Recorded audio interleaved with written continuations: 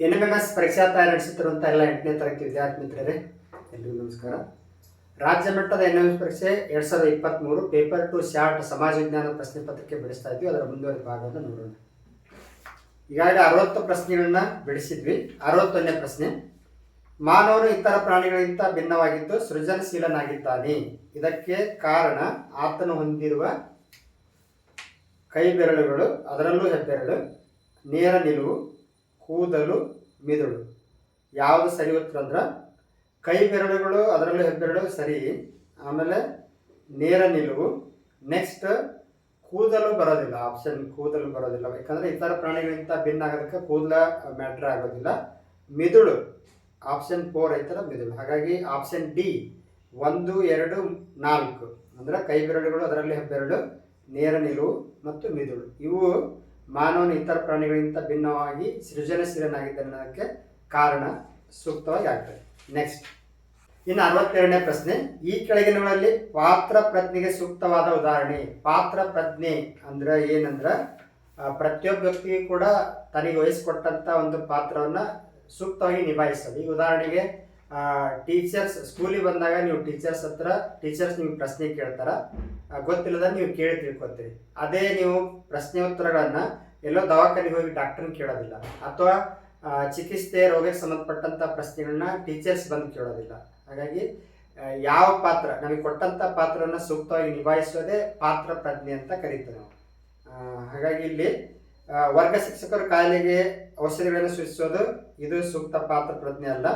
ದಾದಿಯು ಔಷಧಿಯನ್ನು ನೀಡಿ ರೋಗಿಯ ಶುಶ್ರೂಷೆ ಮಾಡುವುದು ಇದು ಸರಿಯಾಗುತ್ತೆ ನೋಡಿ. ದಾದಿಯು ಔಷಧಿಯನ್ನು ನೀಡಿ ರೋಗಿಯ ಶುಶ್ರೂಷೆ ಮಾಡುವುದು ಇದು ಸೂಕ್ತವಾದಂಥ ಪಾತ್ರ ಪ್ರಜ್ಞೆ. ಯಾಕಂದ್ರೆ ದಾದಿಯರ ಕೆಲಸನ ಅದು. ಅವರ ಪಾತ್ರ ಏನು, ಡಾಕ್ಟರ್ ಏನು ಸಲಹೆ ಸೂಚನೆ ನೀಡಿರ್ತಾರೆ ಆ ಔಷಧಿಯನ್ನು ರೋಗಿಗೆ ಕೊಡುವಂಥದ್ದು.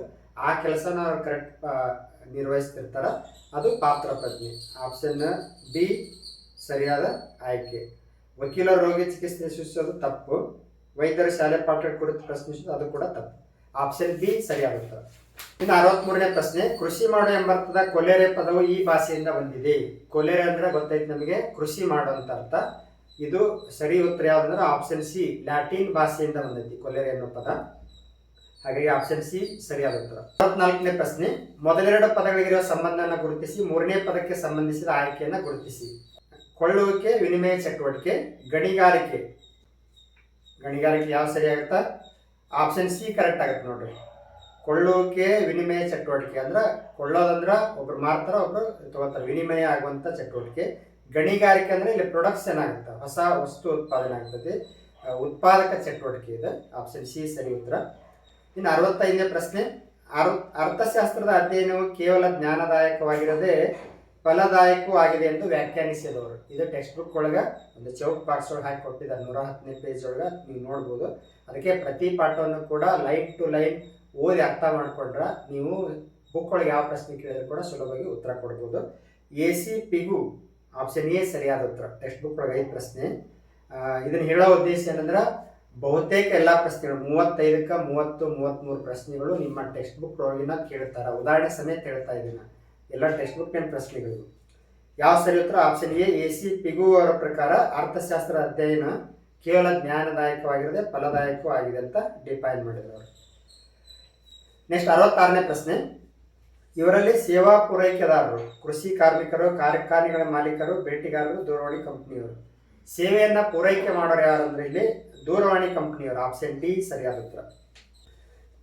ಇನ್ನು 67ನೇ ಪ್ರಶ್ನೆ, ಈ ಕೆಳಗಿನ ಹೇಳಿಕೆಯನ್ನು ಓದಿ ಸರಿಯಾದ ಆಯ್ಕೆಯನ್ನು ಆರಿಸಿ. ಪ್ರತಿಪಾದನೆ ಎ, ವ್ಯವಹಾರದ ಮುಖ್ಯ ಉದ್ದೇಶ ನ್ಯಾಯಯುತ ಲಾಭ ಗಳಿಸುವುದೇ ಆಗಿದೆ. ಸರಿ, ವ್ಯವಹಾರದ ಮುಖ್ಯ ಉದ್ದೇಶ ಏನಂದ್ರೆ ನ್ಯಾಯಯುತವಾಗಿ ಲಾಭ ಗಳಿಸುವುದು. ಕಾರಣ, ವ್ಯವಹಾರವು ಗ್ರಾಹಕರನ್ನ ಸೃಷ್ಟಿಸುತ್ತದೆ.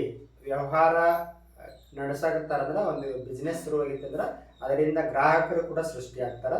ಹಾಗಾಗಿ ಈಗ ಯಾವುದೋ ಒಂದು ಸೂಪರ್ ಬಜಾರ್ ಅಂತೇಳಿ ಶುರುವಾಗ್ತೈತಿ, ಅಲ್ಲಿ ಆ ಬಿಸ್ನೆಸ್ ಸ್ಟಾರ್ಟ್ ಆಗಿದ್ರಿಂದಾನೇ ಗ್ರಾಹಕರು ಬರ್ತಾರೆ. ಹಾಗಾಗಿ ವ್ಯವಹಾರವು ಏನಾಗ್ತೈತಿ, ಗ್ರಾಹಕರನ್ನು ಸೃಷ್ಟಿಸ್ತೈತಿ. ಇದು ಕೂಡ ಸರಿ. ಬಟ್ ವ್ಯವಹಾರ ಮುಖ್ಯ ಉದ್ದೇಶ ನ್ಯಾಯಯುತ ಲಾಭ ಗಳಿಸೋದಕ್ಕೂ ವ್ಯವಹಾರ ಗ್ರಾಹಕರು ಸೃಷ್ಟಿಸೋದಕ್ಕೂ ಒಂದಕ್ಕೊಂದು ಸೂಕ್ತ ಕಾರಣ ಆಗೋದಿಲ್ಲ. ಆಪ್ಷನ್ ಬಿ ನೋಡ್ರಿ, ಎ ಮತ್ತು ಆರ್ ಎರಡೂ ಸರಿ, ಮತ್ತು ಎಗೆ ಆರ್ ಸರಿಯಾದ ಕಾರಣವಲ್ಲ. ಇದು ಸರಿಯಾದ ಆಯ್ಕೆ. ಇನ್ನು 68ನೇ ಪ್ರಶ್ನೆ, ವಿನಾಯಕನ ಉತ್ಪಾದಕರಿಂದ ತೆಂಗಿನಕಾಯಿಯನ್ನು ಸಂಗ್ರಹಿಸಿ ಶೇಖರಿಸಿಟ್ಟುಕೊಳ್ಳುತ್ತಾನೆ. ವಾರದ ಸಂತೆಯಲ್ಲಿ ತೆಂಗಿನಕಾಯಿ ಮಾರುವವರು ವಿನಾಯಕನಿಂದ ಕೊಂಡುಕೊಳ್ಳುತ್ತಾರೆ. ಹಾಗಾದರೆ ವಿನಾಯಕನು ನೋಡಿ, ಇವೆಲ್ಲವೂ ಕೂಡ ಟೆಕ್ಸ್ಟ್ ಬುಕ್ನಿಗಿರೋ ಪ್ರಾಬ್ಲಮ್ಸ್. ಸಗಟು ವ್ಯಾಪಾರಿ ಅಂತ ಆಗ್ತಾರೆ. ಸಗಟು ವ್ಯಾಪಾರಿ ಅಂದರೆ ಹೋಲ್ಸೇಲ್ ವ್ಯಾಪಾರಿಗಳು. ಅವರು ಉತ್ಪಾದಕರಿಂದ ದೊಡ್ಡ ಪ್ರಮಾಣದಲ್ಲಿ ವಸ್ತುಗಳನ್ನ ಖರೀದಿಸಿ ಸಣ್ಣ ಪ್ರಮಾಣದಲ್ಲಿ ಚಿಲ್ಲರೆ ವ್ಯಾಪಾರಿಗಳಿಗೆ ಮಾರ್ತಾರೆ.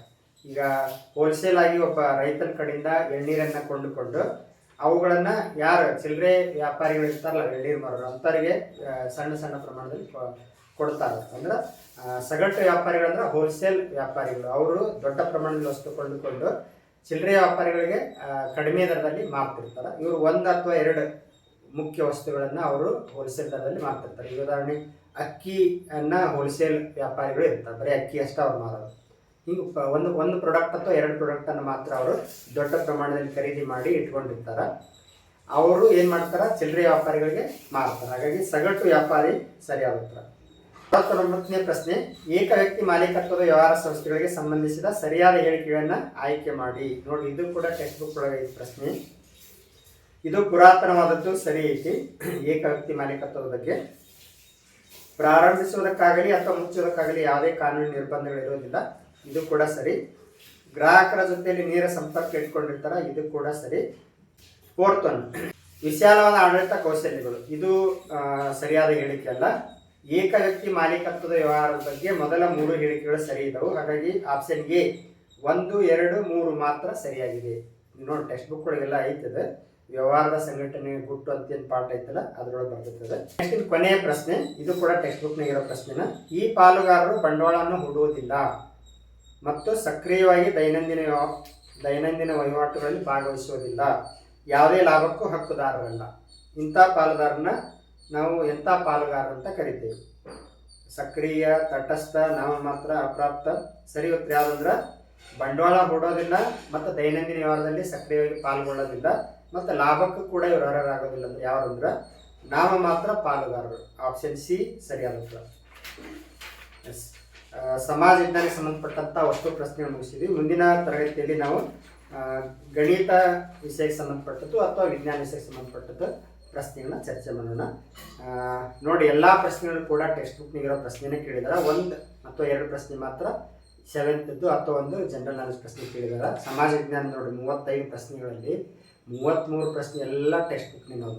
ಅದಕ್ಕೆ 2 ಟೆಕ್ಸ್ಟ್ ಬುಕ್ ಚೆನ್ನಾಗಿ ಓದ್ರಿ. ಪ್ರತಿ ಪಾಠವನ್ನು ಕೂಡ ನೀಟಾಗಿ ಓದಿ ನೋಟ್ಸ್ ಮಾಡ್ಕೊರಿ. ಈಚ್ ಆ್ಯಂಡ್ ಎವ್ರಿ ಸೆಂಟೆನ್ಸು ನಾಲೆಜ್ಗೋಸ್ಕರ ಓದಿ ಅರ್ಥ ಮಾಡಿಕೊಂಡ್ರೆ ಯಾವ ಪ್ರಶ್ನೆ ಕೇಳಿದ್ರು ಕೂಡ ಸುಲಭವಾಗಿ ಉತ್ತರಿಸ್ಬೋದು. ಮುಂದಿನ ತರಗತಿಯಲ್ಲಿ ವಿಜ್ಞಾನ ಅಥವಾ ಗಣಿತ ಪ್ರಶ್ನೆ ಚರ್ಚೆ ಮಾಡೋಣ. ಧನ್ಯವಾದ.